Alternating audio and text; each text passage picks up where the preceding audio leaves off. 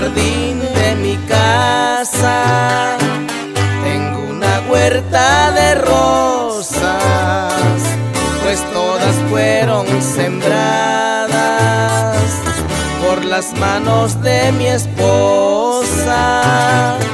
Hay diferentes colores, de veras que son hermosas.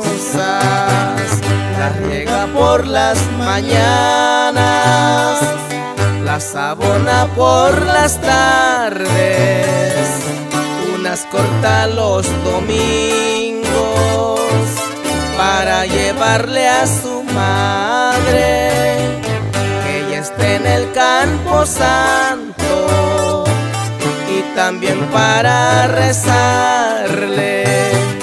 Qué bello ramo de rosas las que dejó en el florero, otra la puso en la tumba, pero le dice primero: ahí te quedas, madrecita, no sabes cuánto te quiero.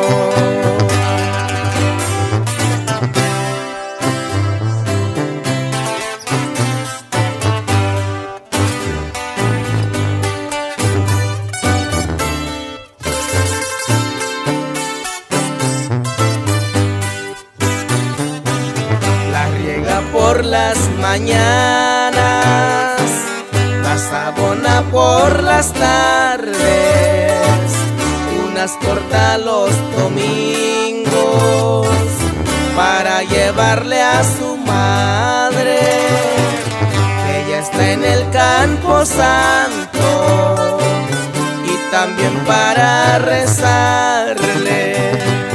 Platica mucho con ella, luego le reza y le canta unas bonitas canciones y unas que otras alabanzas.